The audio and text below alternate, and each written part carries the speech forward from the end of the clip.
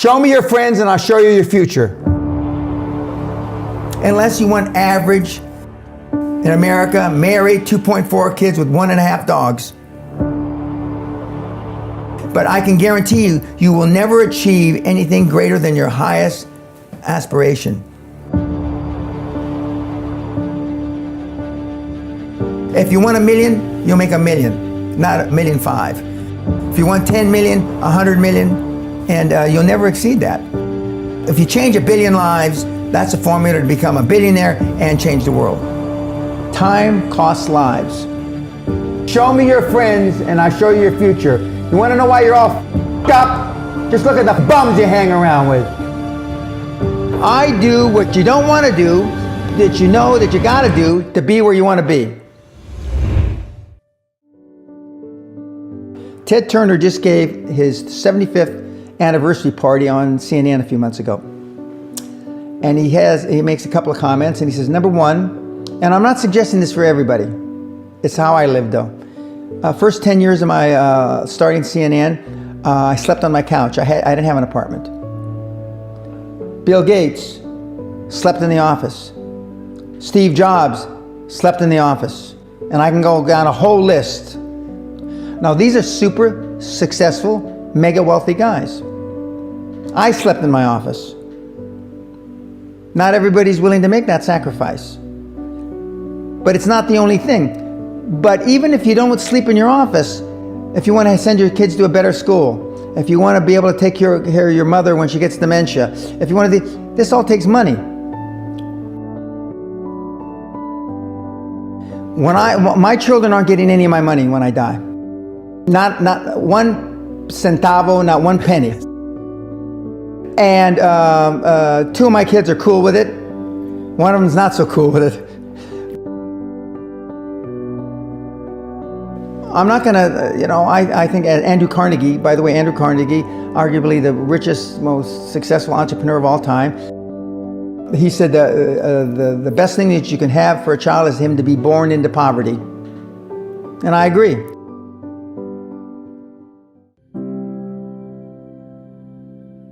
Lack of self-esteem, lack of self-worth.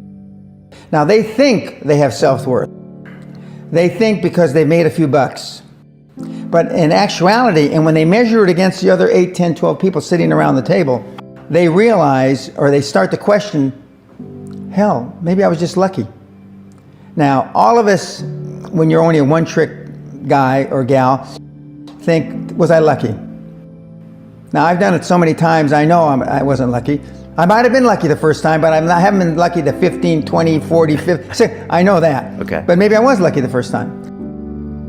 But my life changed when I was pretty much a haphazard kid, got in a lot of trouble, got arrested 4 or 5 times, thrown in jail, and this was with my dad as a cop. But then I volunteered for the draft in 1966 at the height of the Vietnam War, and I went to OCS, and that changed my life because it was the really first real high performance thing that I could measure myself against with other people. 2/3 of all Fortune 500 CEOs have one thing in common: military background. Really? 2/3 of those 2/3 have something else: martial arts. What do you learn in martial arts, Brian? Discipline, focus.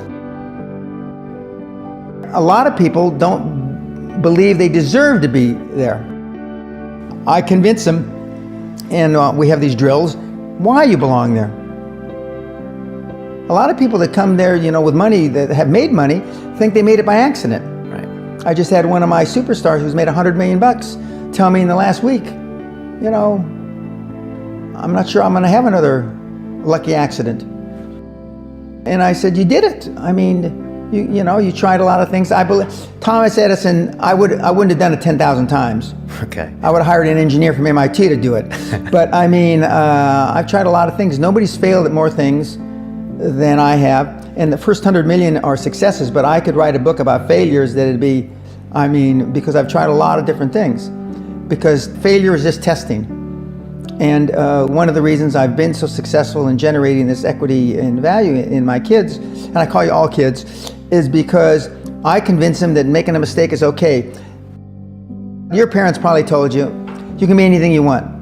But you can't. That's horse. You can't. If it's all juxtaposed. So, but what you tell them is that you can do anything you want that you have passion for, because that eliminates most of the crap. Because most people don't follow their dream. You know, like they say in The Sound of Music, you can't have a dream come true unless you have a dream. Now, I still dream. I dream in Technicolor.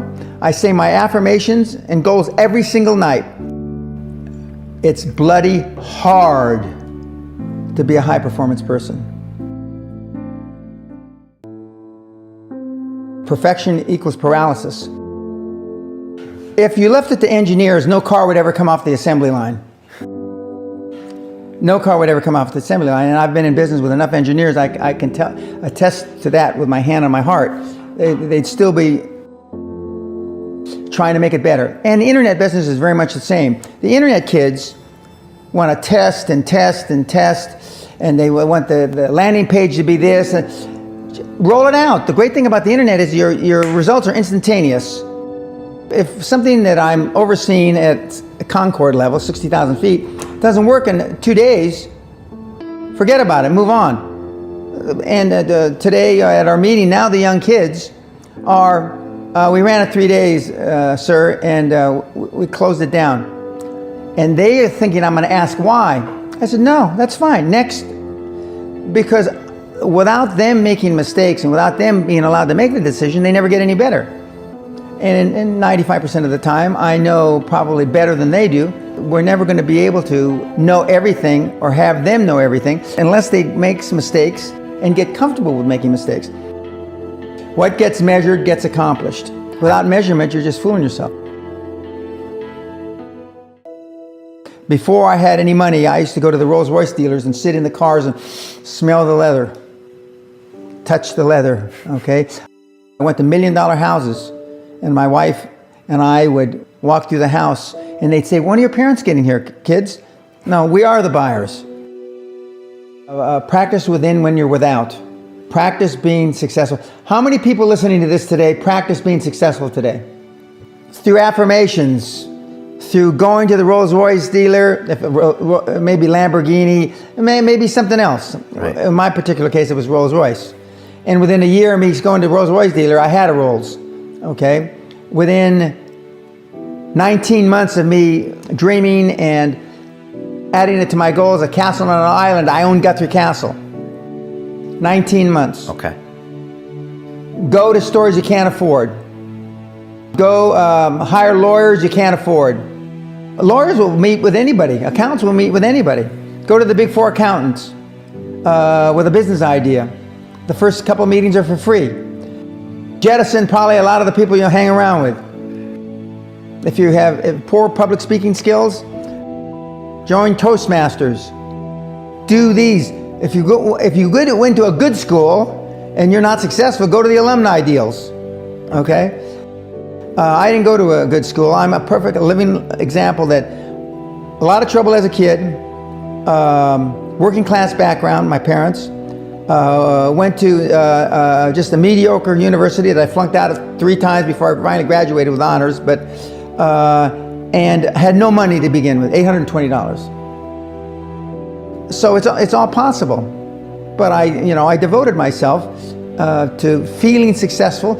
I was wearing suits like this before I could afford them. Most people procrastinate because they're unsure, so just do it. And but I've never had a problem just doing it, because one of the things is you learn as a young combat infantry officer is time costs lives. We overanalyze because we're unsure. We don't overanalyze because we are not sure if it'll work or not. We're more worried about, on the emotional side, it embarrassing us.